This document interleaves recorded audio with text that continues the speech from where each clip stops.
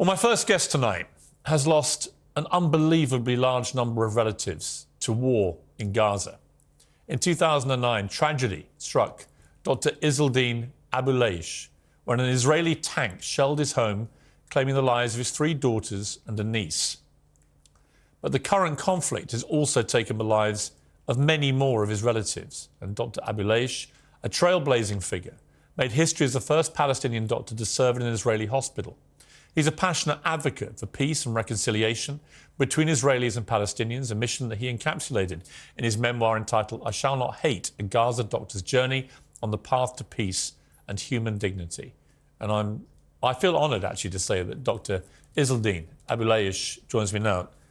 Doctor, thank you for coming here today. Thank you so much. I greatly appreciate it. I know we were just talking before we came on air. You were raised in the Jebaliya refugee camp. I was born, raised and lived in my home still in Jebaliya camp. And a lot of your relatives have already been killed since October the 7th there. Yes. In these airstrikes. But also you've told me that right now there are ongoing attacks. Yes, they are there in Jebaliya camp, living, staying there. They are alive now. I don't know after we finish if they will be alive to talk to them or not. But it's important, because I want to tell you, let us talk, a man to a man. Do you have children? Yes. So, a father to a father, a human to human. You know, once the apple fell down, we discovered the gravity. So let us today discover the humanity and the truth. Because the truth is important based on evidence. Jesus said, seek the truth, and the truth sets you free. And I hope all to be free today from this meeting, and to be human, and to behave as a human, and to advocate only and just only for humanity. How many members of your family have been lost since October the 7th? About 25. October 7th, when I watched it, I found that my sister's house, where my brothers and nieces were there, and this is all the members of the family who were killed. These are all your members of your family? Of the family on the 7th.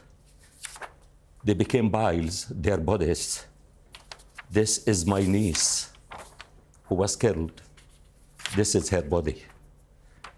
This my niece who was engineering, graduated. She was found under the rubble. This is my niece. She is a medical doctor. She was supposed to start her specialty. This, my cousin. This is my nephew, who is a physiotherapist, and he was killed. This is my niece's daughter. And that's what we want to see. These people, they have names. They have faces. And that's what is needed. This is my daughter, Bisan, who was killed 16th of January 2009, who said, to meet violence with violence doesn't solve any problem. There is an alternative way. It's not by action and reaction. It's by being a human and behaving and thinking of others. This is Mayar and Aya. Even my niece, she named her daughter Aya after my daughter. Aya was killed also. These daughters, I raised them to be human, to be advocate for human. I sent them to peace camps. And she said to me... With Israelis? With the Israelis. And she said to me, I found how similar are we. We are similar, but we need to be equal. We need to be free. We need to appreciate the dignity, the freedom of all. Does the life, I want to ask you, does the life of the Palestinians matter as equal to the Israelis or not? Yes. Does the freedom of the Palestinians matter as the freedom of the Israelis? Yes. And that's what always I advocated for. I worked at the hospital when I deliver a baby, the newborn baby. The cry of the newborn baby is a cry of hope, cry of life. But now we are crying blood. Our tears are blood. The children that I helped to deliver, they are free. All of them are free. Why not to run a normal, free life? Medicine for me is a human equalizer, stabilizer, socializer, and harmonizer. So we need to live free, with dignity, with equality in this world. And that's the peace. I fully advocate it. Because once we have these means, peace will be a consequence. Violence that we talk about, violence, what is violence? Violence when we violate someone's dignity, life, and the human rights. So it's time. And even October 7th proved, because we tried it many times, military means and wars, it's futile. It's a waste of time and lives. It increases bloodshed, animosity, hatred, violence, pain, suffering, and most important is the extremism. The only way is to sit, and I am sure this can't be solved with the military means. It's only by political and diplomatic means, acknowledging the rights of all to live side by side as equal. And that's the only way, without leaving anyone behind. You talked earlier about growing up in the Jebaliya refugee camp, which was struck, of course, by airstrikes, devastatingly killing members of your family, as you've just recounted so powerfully. What was life like when you were there as a young person? My life as a Palestinian refugee, because I was born as a refugee, my parents were refugees. My grandparents were refugees. They were expelled from their homeland to be thrown as a refugee. And being a refugee, what do we mean by a refugee? You are deprived of your dignity. You become moving in this world naked, exposed. But thanks to our parents, they lost everything, but they realized the hope is in their children.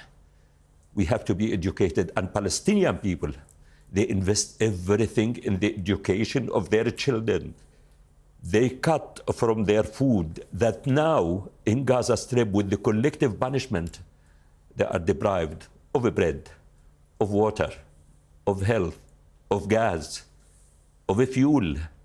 How the world can watch it and not to take action? How can you tolerate to see your son hungry? He needs milk. What are you going to do? When I see a bleeding patient, I rush to stop the bleeding. When I see a woman who is in labor pain, I rush to help her without discrimination or to say to her, why are you screaming? Why are you crying? And that's what we need. So as a child, I suffered of rheumatic fever, admitted to the hospital. I wanted to be a medical doctor in order to rescue my family from the misery of life. And that's we as Palestinians, we don't believe in the impossible thing. We have hope in our children. I succeeded to get a scholarship to study medicine in Cairo. Everything in life I planned, I succeeded. From Jebaliya camp to Cairo University, to London, to Italy, to Belgium, to Harvard University. Even when I went to Harvard, the only thing which was standing with me was Palestine flag to be raised. I am Palestinian and the proud Palestinian. And that's what I want the world to hear from the Palestinians. Palestinians are people like others, with hopes, with the plans, with the dreams. They love life and they care about others. And that's what we want the world to hear from us, not to hear about us. The only impossible thing I believe in is to return my daughters back to life. It was 2008, I think, when you lost your wife to cancer. And that was a crushing blow, and you were left to bring up your 8 children on your own. Yes. And then within a year, devastatingly, an Israeli tank during that war at the time that was raging at the time with Gaza, an Israeli tank fired on your house, and your 3 daughters and a niece were all killed in the most brutal manner imaginable, blown to pieces by this tank, and you were there. I was with them. And there was an extraordinary moment, and I have asked if you're comfortable with us to play a little bit of this, because I remember it at the time. I was at CNN, was just about to join CNN, and I remember hearing this. And it